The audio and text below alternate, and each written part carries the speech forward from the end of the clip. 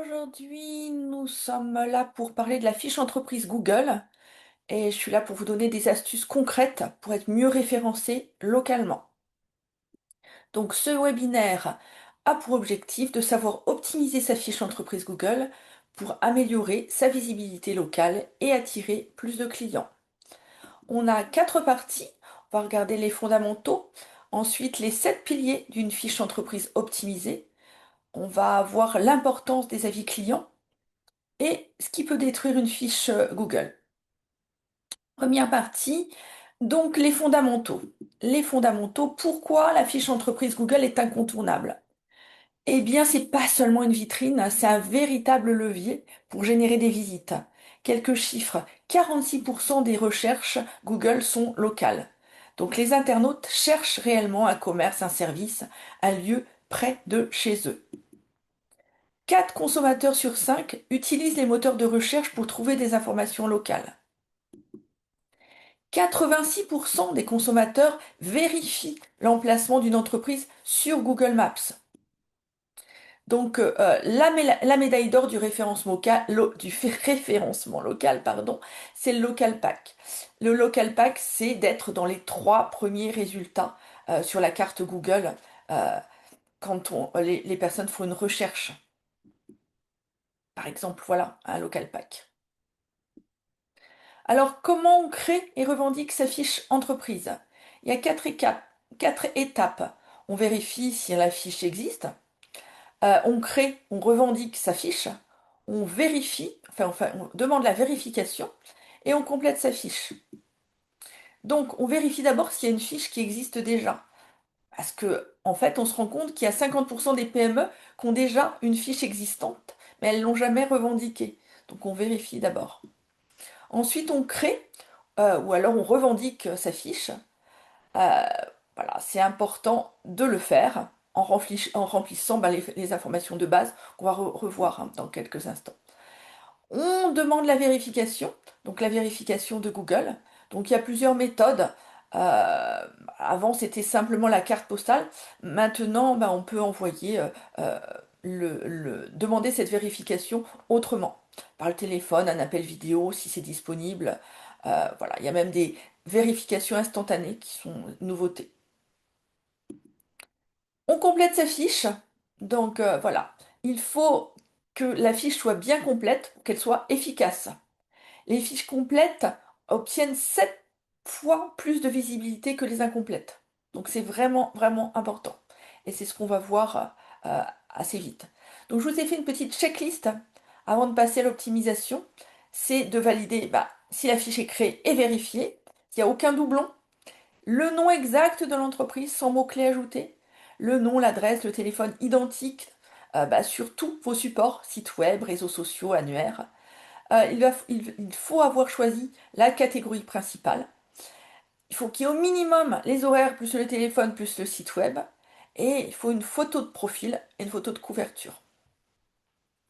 Voilà, alors maintenant on va regarder les 7 piliers pour optimiser votre fiche si elle existe déjà. Donc il y a 7 choses à vérifier. Les infos, les catégories, la description, les photos, les horaires, les posts et les questions-réponses. Alors, il faut vérifier la cohérence des informations. Ce n'est pas toujours le cas. On vérifie la cohérence entre ce qu'il y a sur sa fiche Google et son site web, les réseaux sociaux, les annuaires. Il y a souvent des incohérences et ça, Google n'aime pas. Donc, vous voyez, Moselle Attractivité, aucune incohérence. Il faut être précis concernant les catégories. Il y a une catégorie principale, donc la plus spécifique possible. Alors quelquefois, vous ne trouvez pas la vôtre, mais vous pouvez mettre des catégories secondaires, donc jusqu'à 9. La description, elle est vraiment, vraiment importante. 750 caractères. Les premiers 250 caractères sont visibles.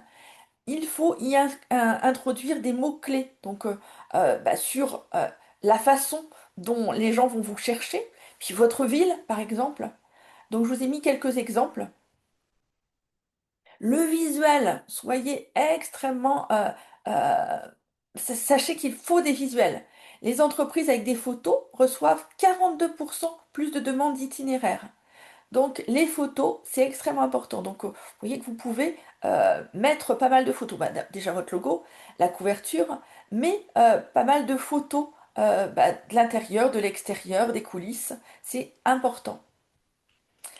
Il faut rester, pour rester visible, eh ben, il faut mettre des posts, hein. C'est comme sur les réseaux sociaux, des actualités, des événements, des produits. Donc je vous ai mis quelques exemples également. Vos horaires.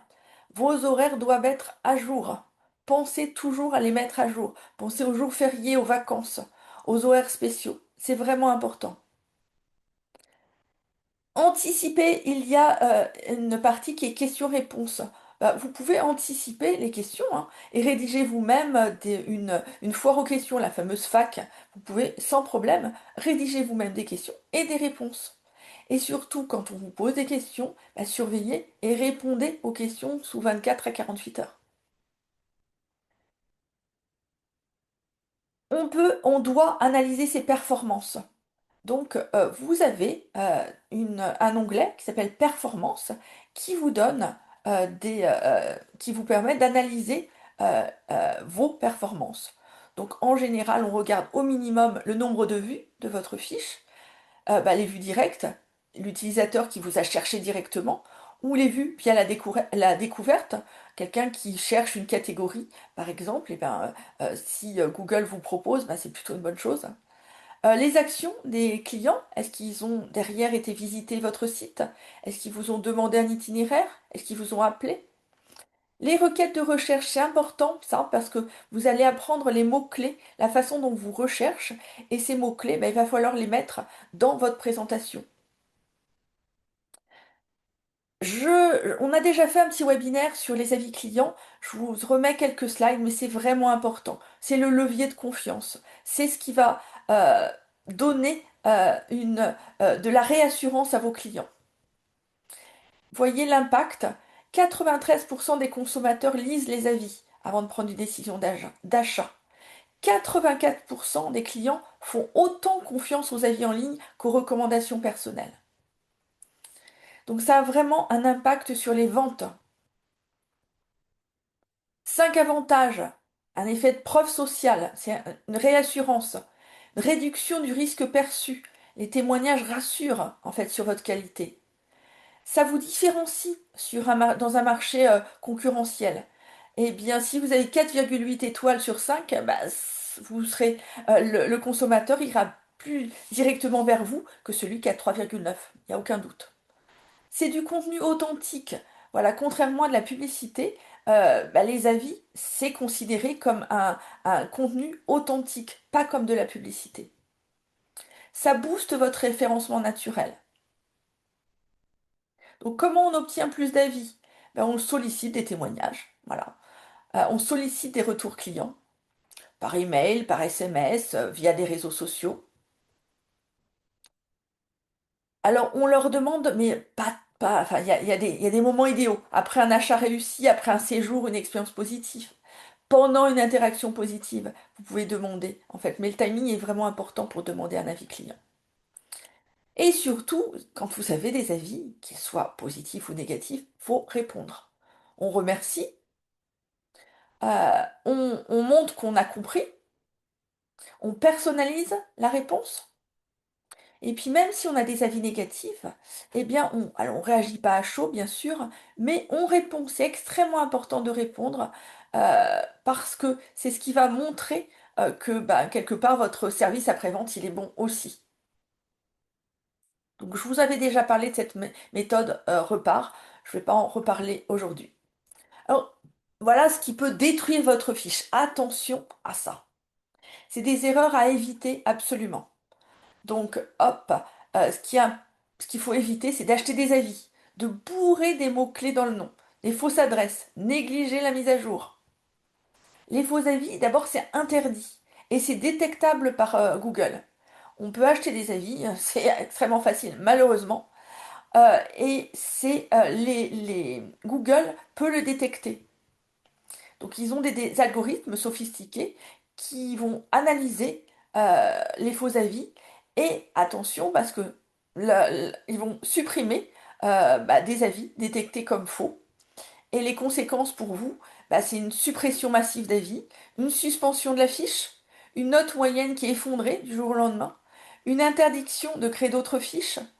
Bon, et ça, je vous parle même pas des risques légaux. Donc c'est vraiment extrêmement important d'éviter les faux avis. Ce qui est important d'éviter aussi, et ça j'ai vu que c'était souvent fait, c'est le bourrage de mots-clés dans le nom. Par exemple, un hôtel qui mettrait hôtel Bellevue, centre-ville, Metz, parking gratuit. Ben ça, on n'a pas le droit. En fait, il faut mettre l'hôtel Bellevue, c'est-à-dire ce qui est votre nom exact d'établissement. Voilà. Google tient absolument à ce qui est votre nom exact, celui qu'on voit sur vos documents légaux, sur votre site web, sur votre enseigne physique. Le risque. Quel risque? Alors, ils détectent aussi hein, le bourrage des mots-clés par des algorithmes automatiques. Ils font des comparaisons. Des fois, il y a des signalements des concurrents. Les conséquences, c'est une suspension de la fiche. Vous savez que si on vous suspend votre fiche, bah, vous allez pouvoir la réhabiliter, mais il faut 4 à 8 semaines. Vous pouvez perdre votre ranking, c'est-à-dire votre placement dans les résultats Google, puis vous perdez de la crédibilité hein, auprès de Google, mais aussi auprès de vos clients. Ce qu'il ne faut surtout pas faire, utiliser des fausses adresses, boîte postale, domiciliation, voilà, un bureau virtuel. Google n'aime absolument pas ça.